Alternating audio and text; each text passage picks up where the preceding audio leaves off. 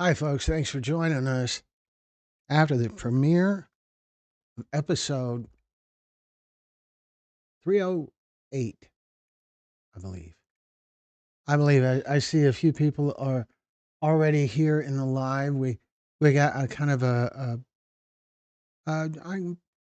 well kind of a peculiar start here. We had a couple of weird little technical glitches, but I see Kimberly is here and Midwest Mama is here again. Glad you're joining us. Glad you're back. And so let's talk a little bit about the story that just premiered. I'm assuming most of you are coming from the premiere, and so tell me about some of the things that stood out to you. One of the things that Viola, glad you're here. One of the things that really stood out to me is the organization that the storyteller has.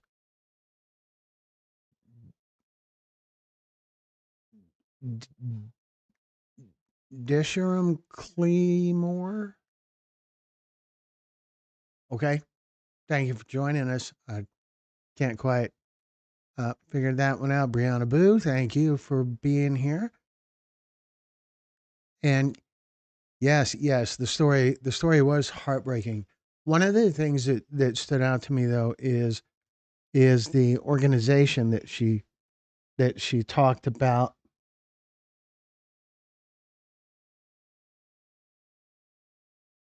Jamie's mom's house, and and the strategy about bringing together those in addiction, those who have loss, and those in recovery,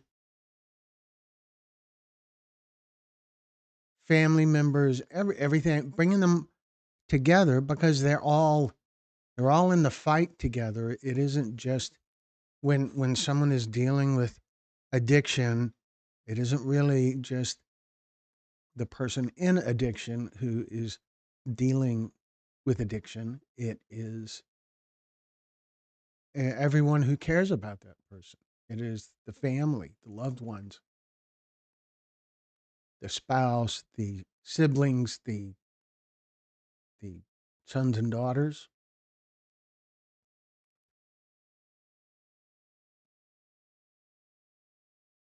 Midwest Mama, you plan to watch after the live? Very cool, very cool. It's a great story. It's a story we shot in Florida. Brenda says, "Sorry, I was so chatty during the premiere. I panic when I see someone new to recovery." Meaning Thomas. Thomas, are you here? Have you made the migration over here, Thomas? I hope you're here. I don't see a message for you from you. I see. So Disham Claymore, are you new here? Have you been part of these live events before? Oh my gosh, this is empty. Okay. Kimberly McClay says Melissa lost her son long before most of us had ever heard of fentanyl. Yeah, yeah, it was long ago. It was when was it? 2016. Thank you, Carol. I appreciate hearing that. Yes, I'm new. Says Dish. Dish. We're just gonna go with Dish. All right. All right. Appreciate you being here. Uh,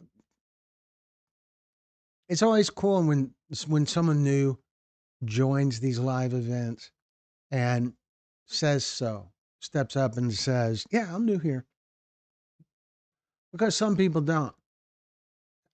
Big a big thing happened at the White House today. That there was an event with five people who have lost family member to fentanyl,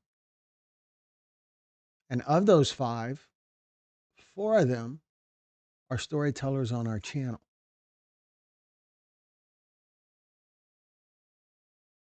Greg Swan, Sandy Snodgrass, Wendy Parrish, and Ashley Lopez, I believe, is the last name.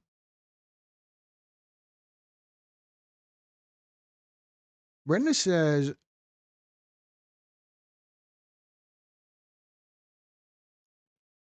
I invited Thomas to join us. I have my fingers crossed he will hop on with us. Yeah, he would get a lot out of this, I believe.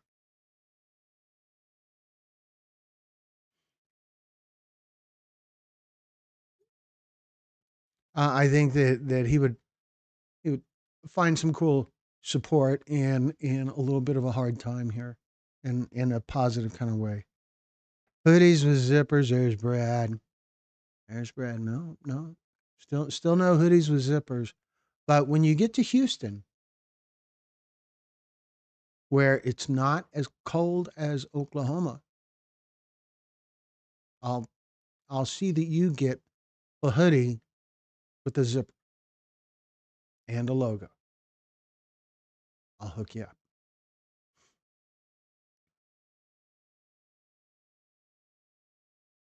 So I saw there was another name that I saw. Bring it, Viola. Viola, it is awesome that you're here. Carol Hart. Carol Hart says, "I love your stories." Yeah, I do too. I do. Yeah, I have met so many wonderful people through the course of creating these stories, and I get this opportunity to do something that brings just just a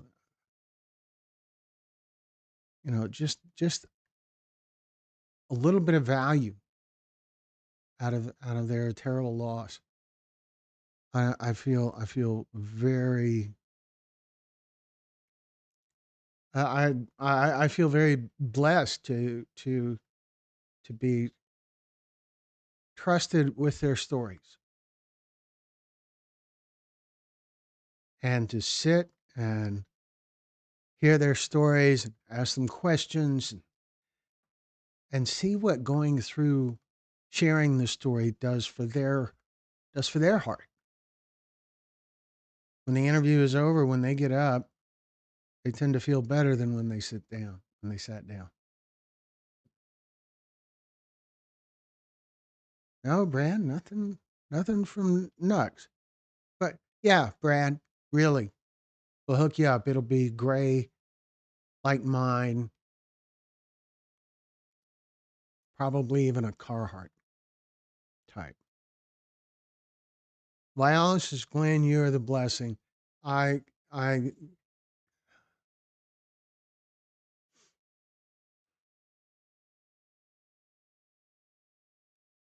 I'm just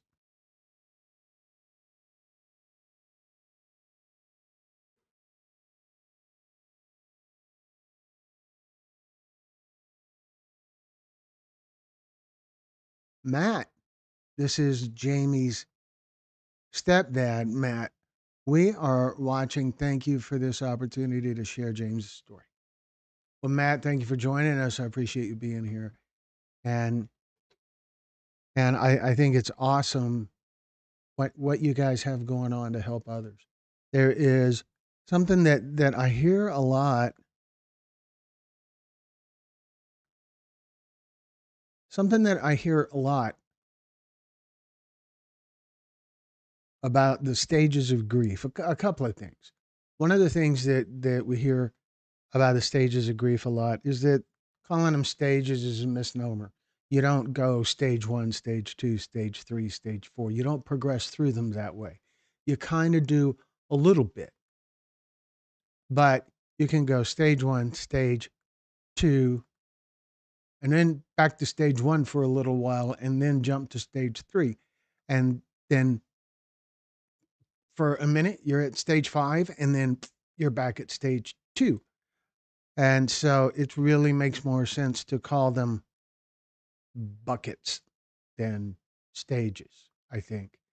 And what I've learned from quite a few of the storytellers that we've met for these stories, for the recovery stories, for the fentanyl stories, for the cannabis-induced psychosis stories, for all of them, domestic violence, human trafficking, for all of them, there is a another stage of grief. There's a sixth stage, and that's purpose, mission.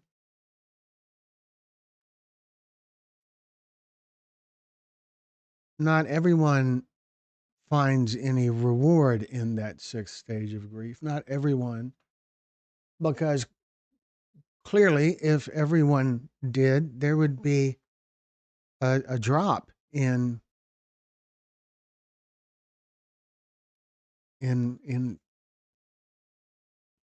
deaths related to fentanyl that it would have began immediately, and the problem would be resolved right now, because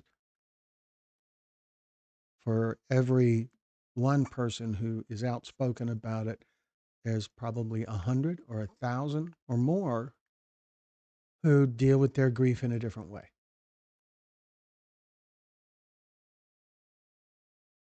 Okay, now I'm behind here. I see Carla is here. Hello, Carla. Glad to see you here. I was just explaining to Brad about the whole zipper with a hoodie thing. You might have missed that. Carol says, I've watched every one of them and it is so sad and wish they could do more to warn our kids, but you're helping. I'm doing I'm doing what I can. I'm a messenger. And I'm grateful to be doing it. Just really grateful. I'm also on the board of an organization called Fentanyl Fathers, and that organization is making tremendous strides in increasing awareness and bringing the education to schools. The mission of Fentanyl Fathers is to bring fentanyl awareness presentations to every high school and middle school in the United States. And they're well on their way to doing just that. Earlier today, two of the founders of Fentanyl Fathers, Greg Swan and Sandy Snodgrass, along with Wendy Parrish, Ashley Lopez, and all of those are storytellers on our channel who have lost someone. And there's a fifth person. Her name is Kay, I believe. I don't know her. I don't think. I certainly don't recognize her when I saw the pictures. But those five people today, four storytellers and a fifth bereaved parent, were in the Oval Office for a fentanyl related event relating to making Bruce's Law a reality. And Bruce's Law, that's Bruce Snodgrass from Alaska. Sandy Snodgrass is one of the storytellers in Bruce's story, but it's one of the stories in our series. And so I'm certainly probably behind on stuff here, but I have a intro. Jim, what? Carol? Is this the same Carol? Matthew Push. Okay, Melissa, thank you for being here. Even though your screen name says Matthew, that's okay. Glad you're here. Very glad you're here. Taskmaster saying messenger, Glenn.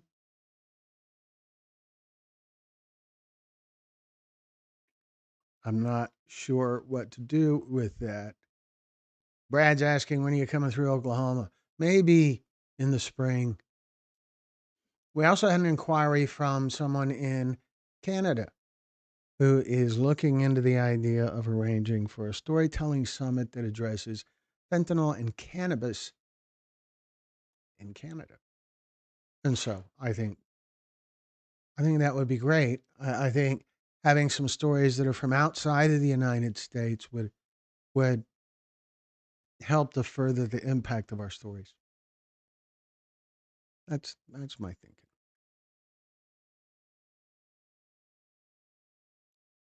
And so let me try to catch up with Taskmaster. I don't know what to make out of Messenger, out of your message that says Messenger, Glenn. I don't know what to do that. Melissa, I'm really glad you're here. I don't I don't know. Maybe you could tell us a little bit about what the experience was.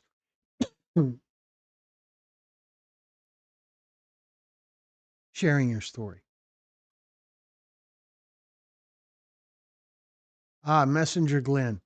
Okay. Yeah. Sometimes the messenger catches some flack.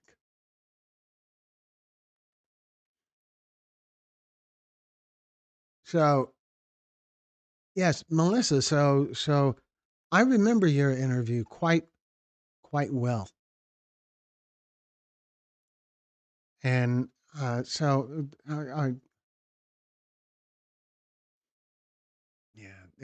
I remember the end of it. I remember the end of it. So anyway, let me see what I got going on here. I'm sure I've missed stuff. Kimberly says thumbs up. Yeah, yeah, thumbs up. Everybody give the live event and the story that just premiered a thumbs up and make comments. Comments have great value too. Taskmaster, okay, I read that. Brenda says, Brad, I remember the 5 year plan. Do you remember I am starting the plan tomorrow? Yeah, Brad, I know she's starting it tomorrow. How do you miss that? How do you miss that every time?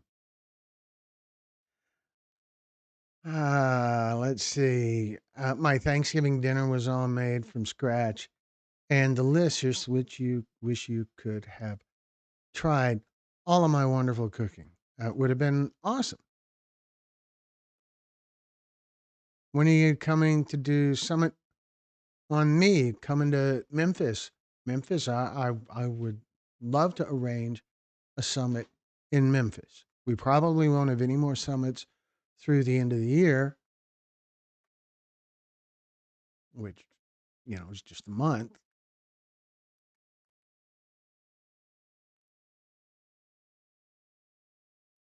Messenger Glenn, my first belly laugh of the day. Good for you, Brenda. Glad you find that funny. I know, have to be hard being single. Melissa says it was a great experience. It was comfortable. You surprised me with the lifesavers. See, that's the lifesavers is what I remember. As I handed them to you, and I said, "These are for you." And at a glance, you looked at them and you said, "Oh, thank you," but it didn't register, and so I didn't let go. And you looked down at them again, and then the message registered, and it stuck with me. Melissa says she's grateful for the experience. Thomas Morgan, are the recovery videos on your playlist? I'm very interested in those. I'll tell you what, we'll do better than that. I am gonna go I'll get a link to the recovery videos right now. Wonder if this will work. Okay, there we go. Now, All right, so I'm gonna put in a link to the recovery videos. I mean, don't leave the live event to go start watching them right this second. But there's the link, Thomas, and anyone else who's interested. I can particularly suggest the newest one. Now I'm starting to wonder. I'm starting to worry if it is even in the playlist. So I'm checking that. Yes, it is. Okay. All right. Sorry. The newest one is called Meth, Miracles, and Ministry, and that's we just did that one uh, less than a week ago. The storyteller,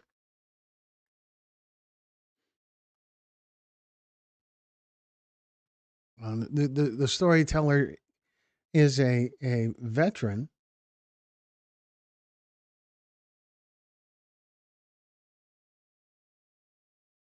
He was a veteran and a police officer,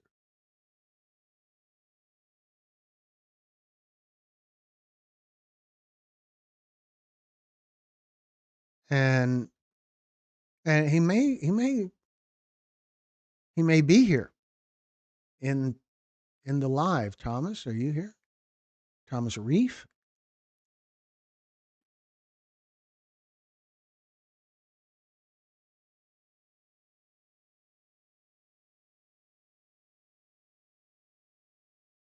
So the meth, miracles, and ministry. That'd be a good one, Thomas. They're all good. They're all they're wonderful because they're stories of victory. And that's cool. So many of our stories are not. It's great that we have over 50. I believe there's over 55 recovery stories in the series now. And they're victories of the storytellers that I know of. Only one has had a relapse, and that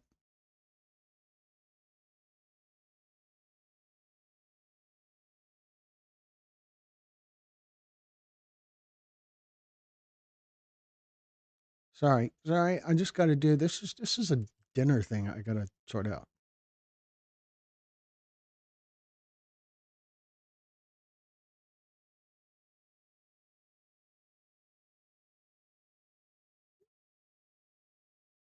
And so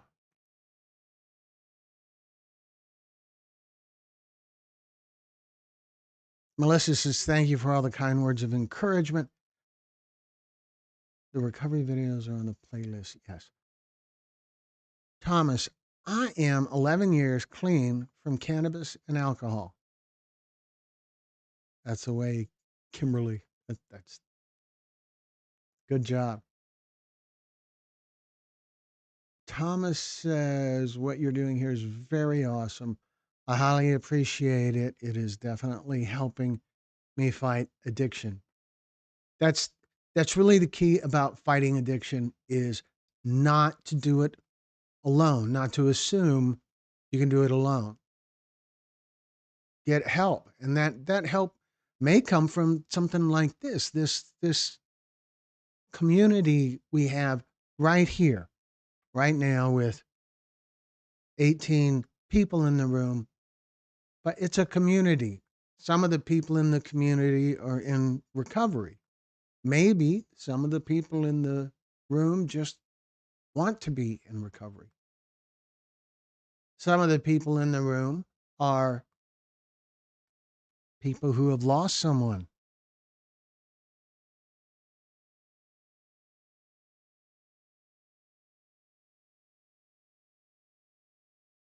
Reach out to people. Maybe it's going to and AA or NA meetings or not.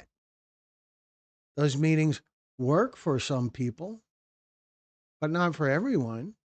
Whatever works for you, you have to figure that out and then run with it. I can't. Having that the great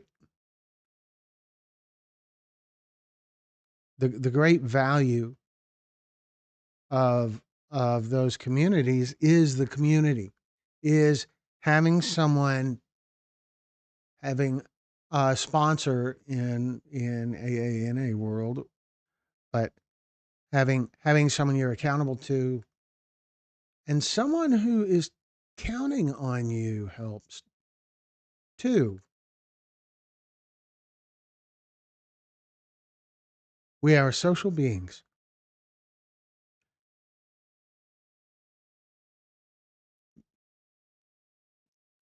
Brenda says Thomas, the Meth Miracles ministry story also includes our drug of choice, opioids, opiates. It's very moving and you should watch it soon. Yeah, you should. This guy, he lost everything. I remember during his interview being so captivated. At one point, he had me crying, and that doesn't that doesn't happen.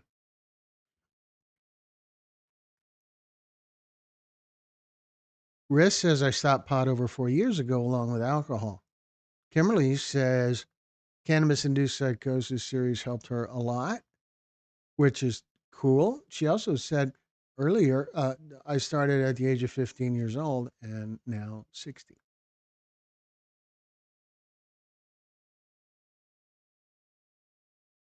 Thomas says, I've been watching some of those. That's crazy.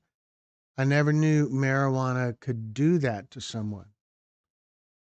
Yeah, it is. It is crazy. And one of the most interesting things about the cannabis series is the comments that it receives from people defending cannabis. And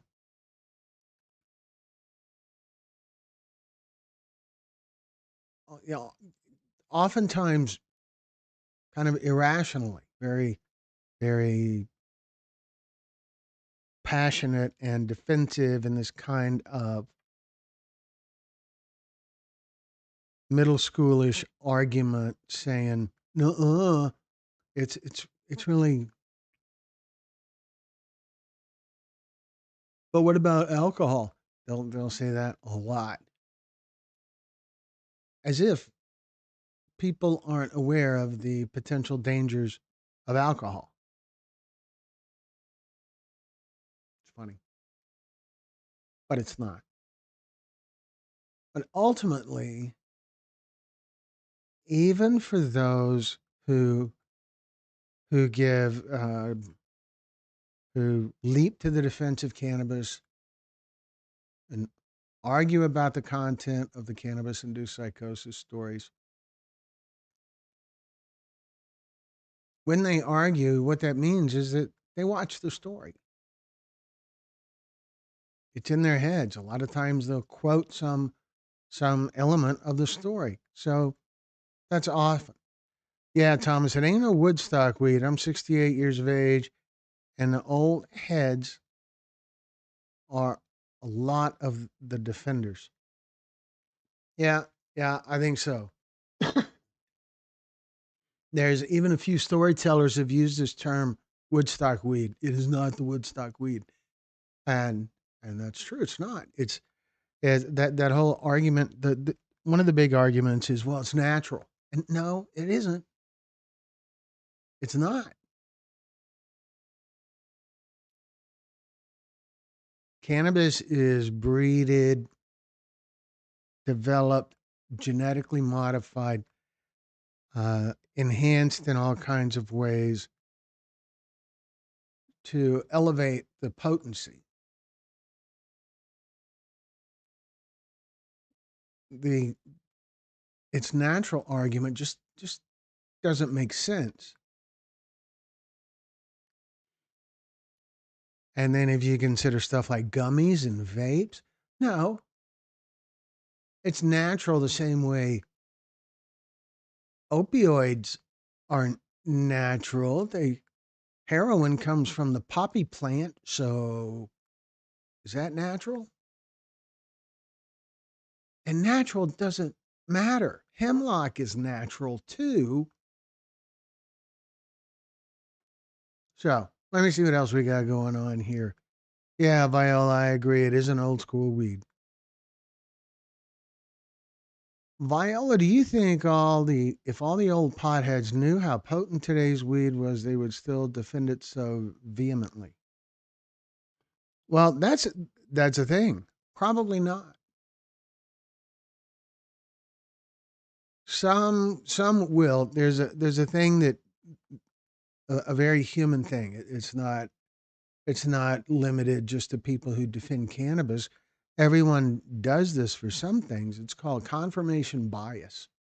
And confirmation bias is the practice of being more likely to believe things that confirm something you already believe to be true. Confirmation bias.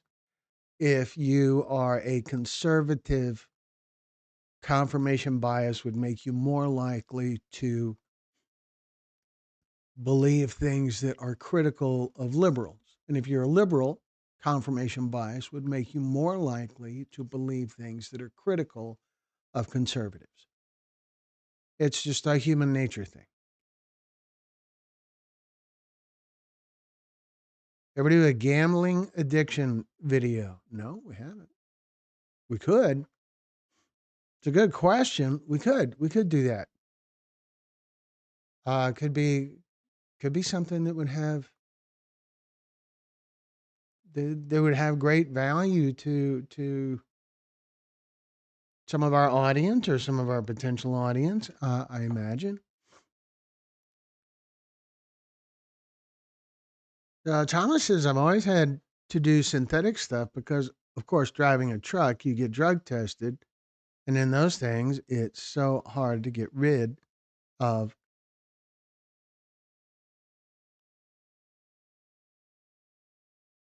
tunichi, huh?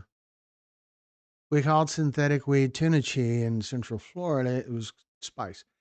We made a documentary in 2017 for the city of Baytown, which is a city right next to the city of Houston.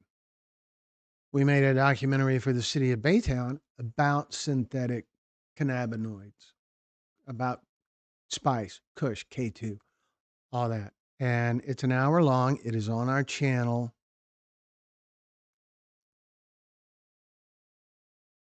And it's still relevant today. It doesn't get the attention it used to because new laws have come along and restricted it, and then legalizing cannabis has started happening, and so things have really changed.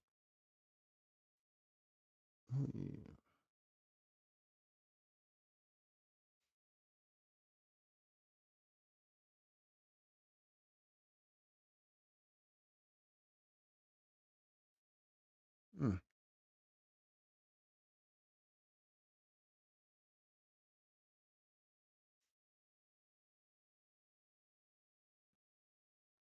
Straciner, no. Hmm. Okay, I'll have to get back to that. Let's see. Fake pot is terrible. It's like heroin. Yeah, and it's also terrible in that it isn't consistent. In the course of working on The Last High, the documentary on our channel about spice, we interviewed DEA agents and other law enforcement, and talked to psychiatrists and medical doctors, emergency room physicians, users, former users. It was crazy, and we learned a lot. We interviewed a prisoner in the Baytown City Jail. There's you guys should check it out. It's called The Last High, and it's on our channel.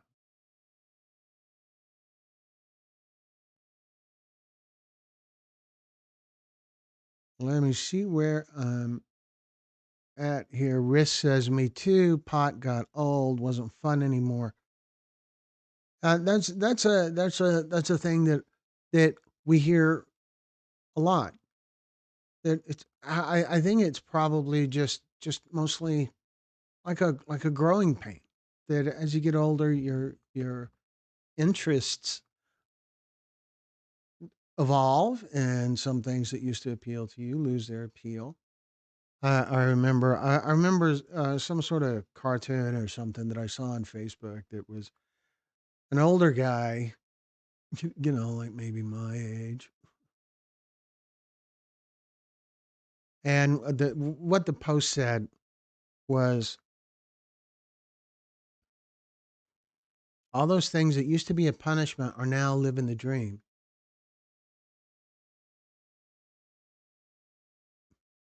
Stay at home, can't go out, no TV, just quiet.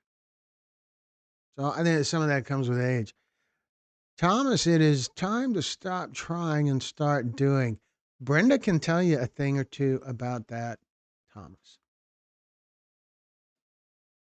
Brenda is a champion here. Thomas, it is time to stop trying and start doing. I promise you can do this. If you need someone to talk to, please hit me up at bgnmiller1 at gmail.com. It's right there. And she's serious. You can reach out to me as well. You can find me on Facebook, or you can email me at info@texas-pictures.com anytime. Connecting with me on Facebook is easiest, I think, and most likely get a response regularly through Facebook because I'm most attentive to that. Risk? What? What was the question? Was tired of being ever done gambling? Okay, I'll get back to the gambling. Just a minute. So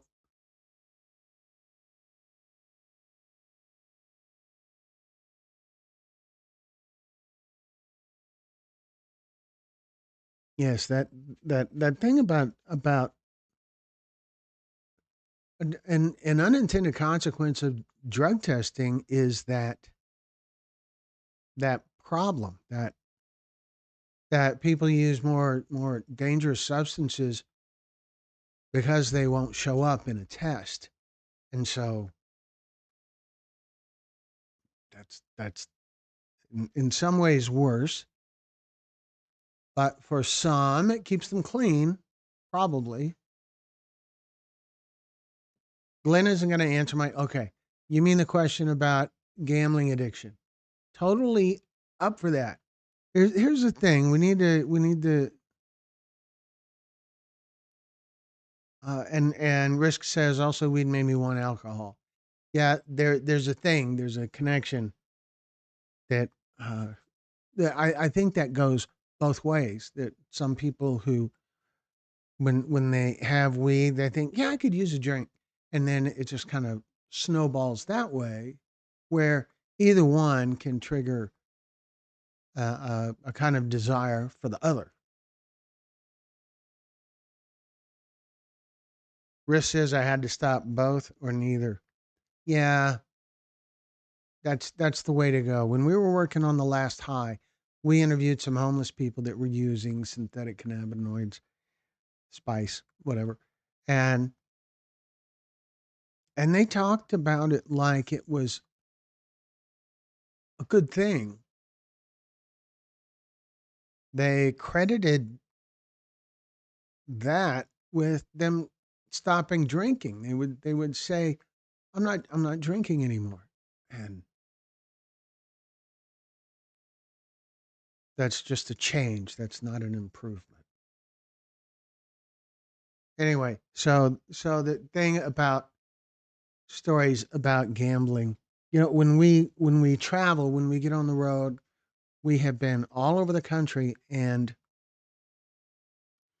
recorded these interviews at what we call storytelling summits. Now, I know some of you that are here often have heard this before, but the way that the storytelling summit works is someone local to whatever area who wants to share their story becomes our local event coordinator. And what that means is they help us find a place for us to record the interviews, and the place needs to have a private room where we can shoot the interviews that's at least big enough to accommodate a full size SUV. Not that we're going to put a car in the room, but that's a good, simple way to estimate the space. And it needs an adjacent room, separate, that people can wait in and fill out forms and have coffee and chit chat and bond and all of that good stuff. And so then, now when I say the local coordinator helps us coordinate by helping us find those locations, the local coordinator finds them. We don't know the local area, and so it's really up to the local coordinator to find a place. We've had storytelling summits in hotel conference rooms, chamber of commerce buildings, churches, a couple of actual studios that were donated, and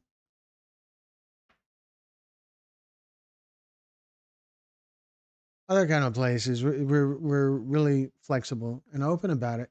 And so at these summits, they are not limited to just fentanyl or just cannabis induced psychosis.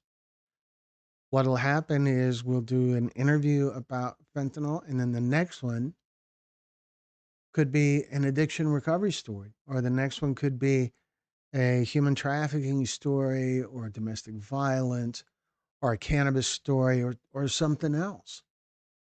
And so when we have these events, they are public. We announce them. Typically, we announce them on our channel, and we announce them on our Facebook page and in our private Facebook group, which is called Texas Pictures Storytellers. And people can sign up. There's a link to sign up and come in and share your story.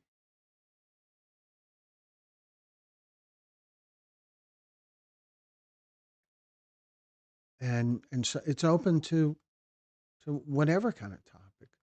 So far, we have never turned anyone away. The big challenge we face is always simple geography. But we have shot stories in Cocoa Beach, Florida, to Anchorage, Alaska, to Baltimore, Maryland, to Sacramento, California, to Sandusky, Ohio, to the Texas Mexico border, to just all over Colorado, Tennessee, Oklahoma, Kansas, Mississippi, Kentucky, Virginia, 3 times in Virginia, Pennsylvania,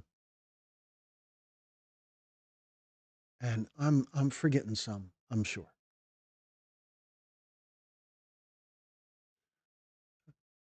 So we're up to wherever for the summit to be worthwhile. I don't know. That's such a terrible way to put it.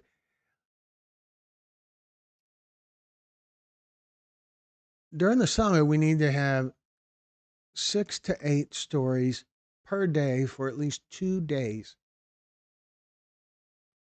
and it can go longer if there's reason to. The way we work is our only funding comes from the revenue that's generated by YouTube advertising on our channel. And that makes these series sustainable. Otherwise, there'd be no way we could afford this. Barely sustainable. But elated to be here, to be doing this kind of work. So I know I am behind.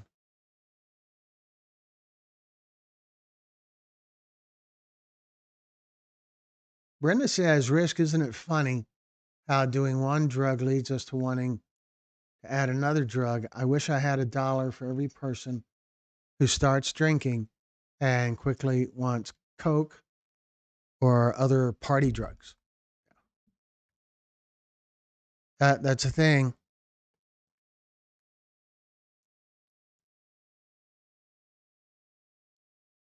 Brenda says, Viola, I am pretty darn sure weed had nothing to do with the breast cancer. I'm not a doctor, but I do know God has a plan for you, beautiful, sweet lady. Thomas, I'll tell you what, this semi has kept me from doing real drugs.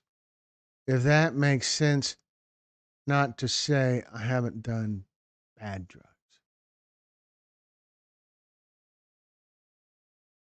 I understand what you mean.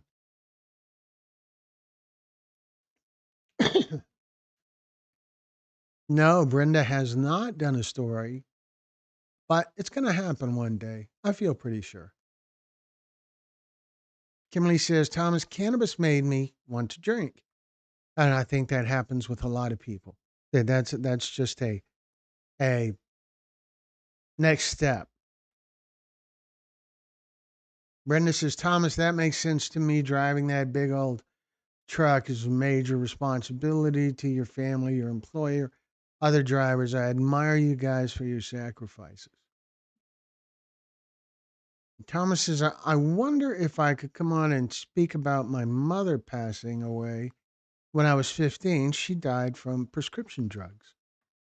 Yeah, yeah. If you're a truck driver, you're kind of all over, right? So,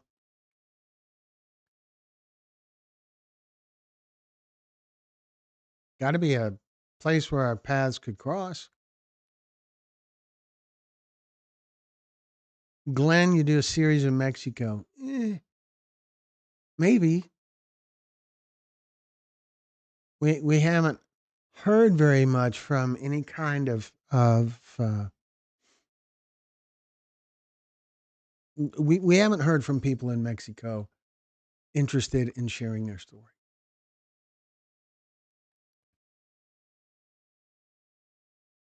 Had a few mild, I don't know, kind of threats from people who said they're in Mexico, but no inquiries that way. We're open to it. I've been all over the world on other people's money, and the idea of going to Canada or any other country just isn't a big deal. Me, I can show you.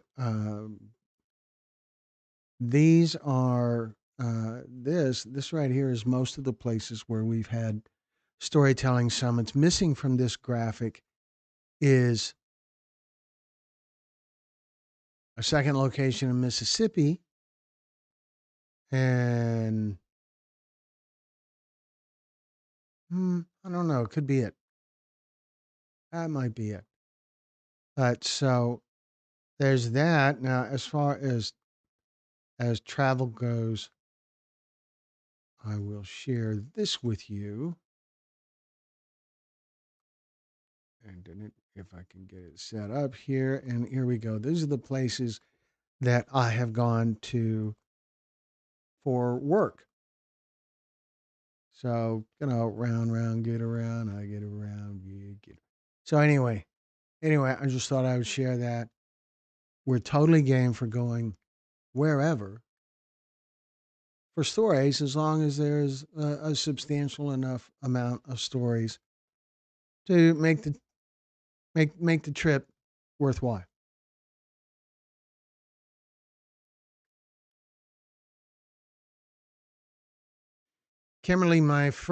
Brenda says, Kimberly, my first turkey day was Thursday with immediate family, and it was fun. My extended family turkey day was Saturday, and it was rowdy. Rowdy's fun too, isn't it? Thomas says, you deserve some kind of income for doing this. I'll tell you that. Well, Thomas, I appreciate that. Um, we do have some kind of income that comes from the advertising revenue that YouTube gives us a percentage of, same as any other YouTube channel. And we get enough to make it all sustainable. Now and then we'll have an extra good month, but it's not we're not getting rich here. It's sustainable.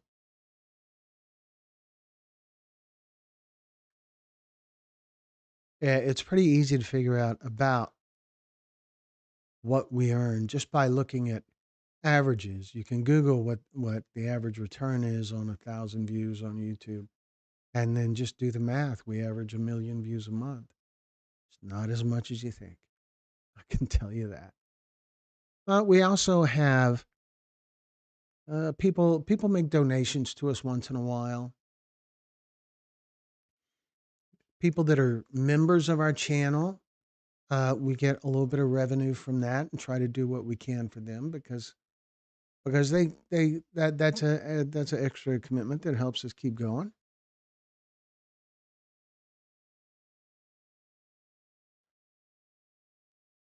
So there is always the potential for the channel to take off in some sort of big way. But our mission is about awareness. Our mission is about sharing stories that matter. And so if that makes the channel take off at some point, that's awesome. But if we have to create content that has no value in order to get the channel to take off, that's not us. So Kimberly, I'm too blessed to be stressed. Thomas says all over the world. Melissa says, I love this interaction. Yes, Melissa. I'm assuming it's still Melissa, even though I see Matthew. Uh, the interaction is really awesome here. Some of the people that are in the group are in recovery, and this has become a little bit like a AA meeting, and I think that's awesome, or AA or NA or whatever. And I love the interaction too. I think it's great when people chime in and people contribute to the dialogue that's happening here, ask questions, and all of that. Let's see, Thomas. Be careful on the road, Thomas. You really can reach out to me. Really, shoot me an email, message me on Facebook, or make a comment later on this live event when it's a recording, and we're here for you. If you'd like, if you watch the recovery story, Meth, Miracles, and Ministry, if you watch that one, Meth, Miracles, and Ministry, after you've watched it, if you'd like, we can put you in contact with the storyteller from that story, and he would be happy to hear from you. We're here from you. We'll do what we can whenever we can.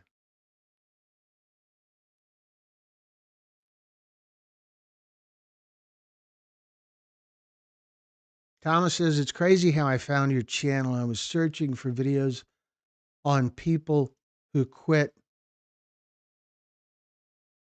Kratom tabs, and one of your videos pops up. And here you are.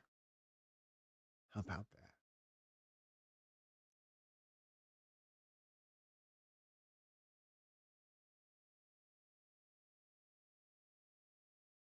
So I have TV right up there. And so the news is always playing up there. And I'm looking at News Nation right now, and they have a headline that says, "Why won't the FDA approve a possible cancer cure?" And that just distracted me because we have these stories, Saving Ben and Saving Gray, and a new one's going to be coming out soon that'll be called Saving Maddie, and they're about kids with brain cancer. So it just captivated me.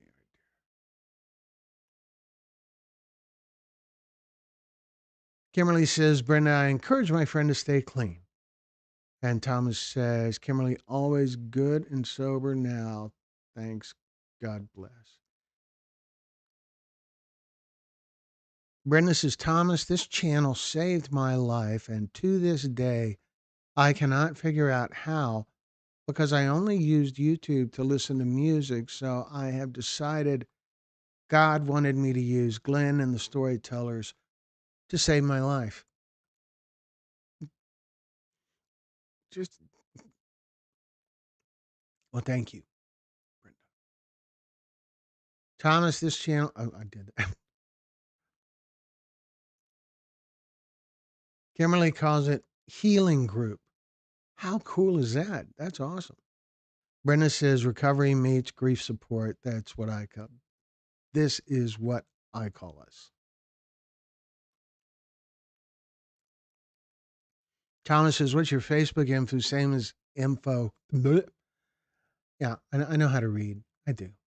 I do. So here we are. Let me see what's going on here. You see my name right down here, right? Right. So find me on Facebook. That name, Glenn Muse. There is a Texas Pictures page too, but holy cow, Messenger through that is kind of it's weird. You can do both. You can find me by my name and find Texas Pictures. And I believe you can search for the group Texas Pictures Storytellers and request an invite. It's a private group, so it works a little bit differently, but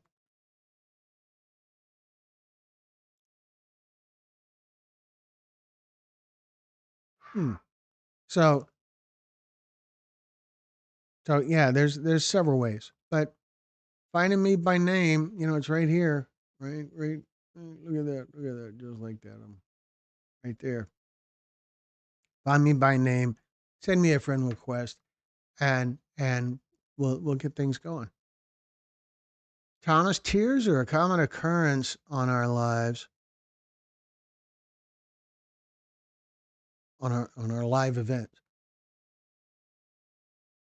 I assume that's what you mean. Maybe you mean on our live. I guess it could go either way.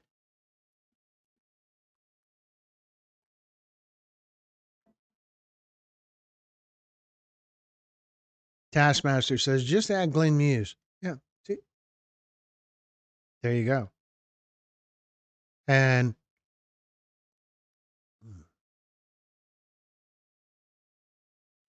I'm looking right now, and I see there's a message from Kimberly, and there's something from Derek Maltz. Huh. So that's cool. And from Carol, yeah, about the event that happened in the Oval Office today. That four of the five people representing families with losses to illicit fentanyl are Texas Picture storytellers, and they were all together in the White House in the Oval Office. That's very cool. Well, thanks for following me, Thomas. Reach out, talk to me, get into our storytelling group. I stumbled across this on Facebook. I didn't know that it was possible, but it seems like if you search for the our Facebook group, which is Texas Pictures Storytellers, that if you search for that group, you'll see a way to request an invite. And you guys are welcome to do that. The purpose of the group is for those who have shared stories with us and for those who wish to share stories with us. And there's a little over 600 people in the group now, and about just under half of them are people who have shared stories with us, and the rest are people who want to share a story with us at some point whenever we make it to wherever they are at. But virtually any of the storytellers that you see on our channel are in that group. Not all, but most of them. There's a few that aren't on Facebook and a few who have left the group for whatever reason. And so, but most of them are there.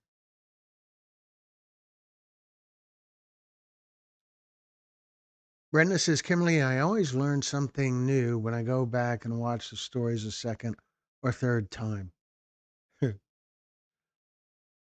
Well, gosh, me too.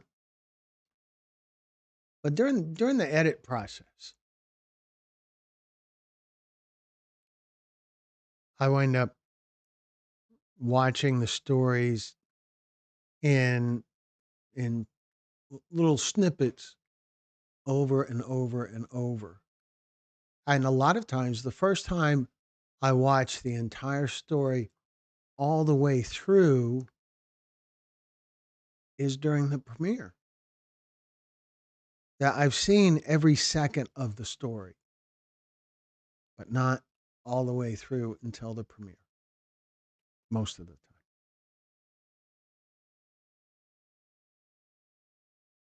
Brendan says, Thomas, the first 6 months of recovery, I cried every single day.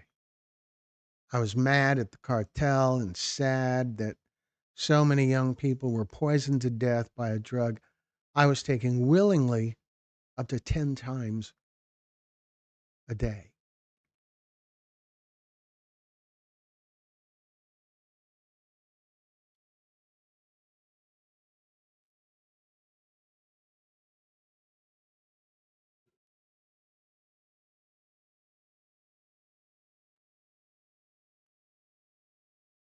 I think as you get older, it becomes easier to find your heart, and your priorities evolve, and the things that you consider important change. I think that's a thing.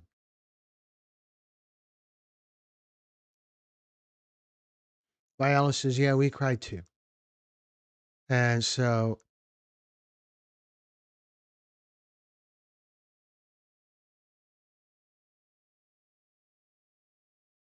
I see we have 11 likes, 11 thumbs up, but in the room we have 37 people, 36. Thumbs up, please. What happens? The YouTube algorithm looks at how how the live event performs and the type of people that are in it and what their interests are, and then we'll wind up recommending this content to other people with similar interests. So that's the way someone in recovery might be more likely to wind up seeing this event in their YouTube feed and choosing to click on it, or seeing a recovery story and choosing to click on that, or things like that. So giving a thumbs up helps everybody.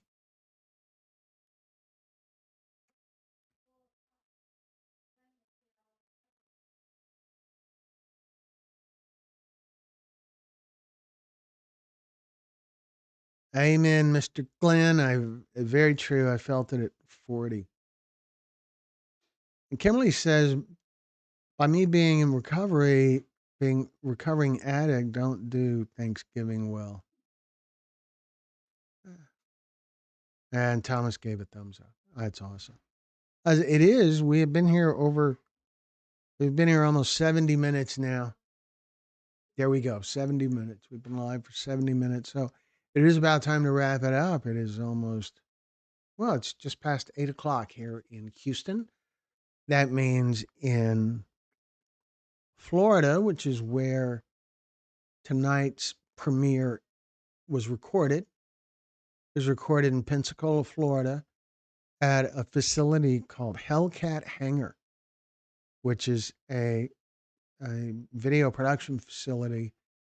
And they do work for the Blue Angels and other stuff, but the Blue Angels are based in Pensacola, and they do work with them. It's very cool. And a great bunch of people at Hellcat Hangar Studio. Or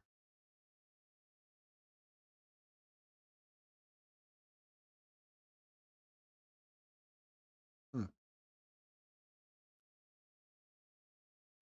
So before I go, is there anyone in the audience? We have quite a few people in the audience still here, and if there's anyone who has any questions about our channel, about our stories, about how we work, anything like that, that you'd like to ask me, please feel free to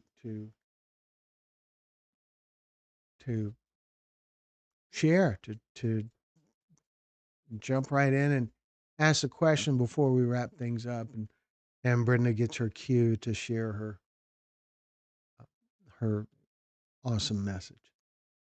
9 p.m. in Florida. Yes, Thomas. Yeah, so 9 o'clock there, and as we go west, it gets earlier and earlier.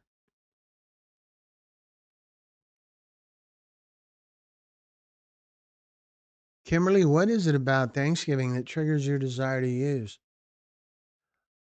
I would imagine that for some families there is a lot of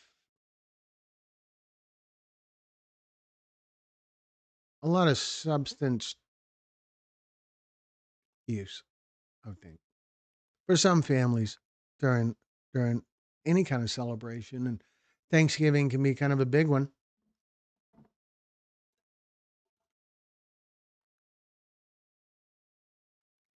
Kimberly says, "Yeah, it just isn't the same without my mom." I guess you mean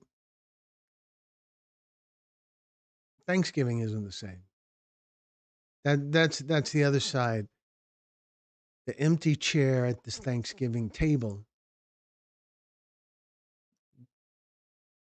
can also trigger someone to turn to a substance, to be a little bit numb.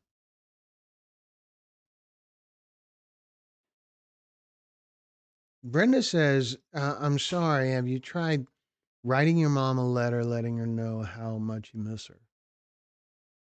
That's a thing. That's a wonderful thing to do.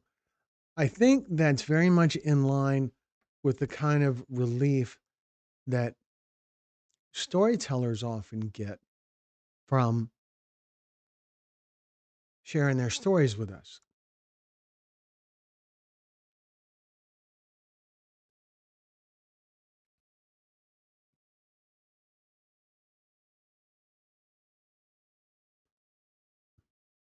She's fine. Mama Muse is fine. Thanks, Brenda. So, anyway, it is about time to wrap it up. So, Brenda, you want to share your message?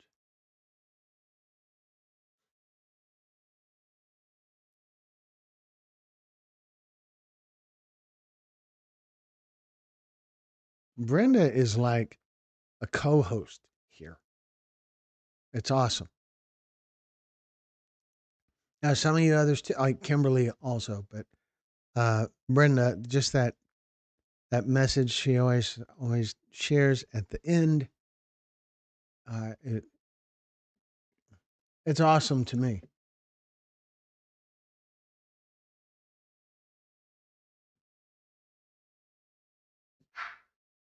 Thomas says, I totally understand. My mom died 3 days before Christmas. And there's Brenda's message. Everyone, what you take for granted, someone else is praying for. What you take for granted, someone else is praying for.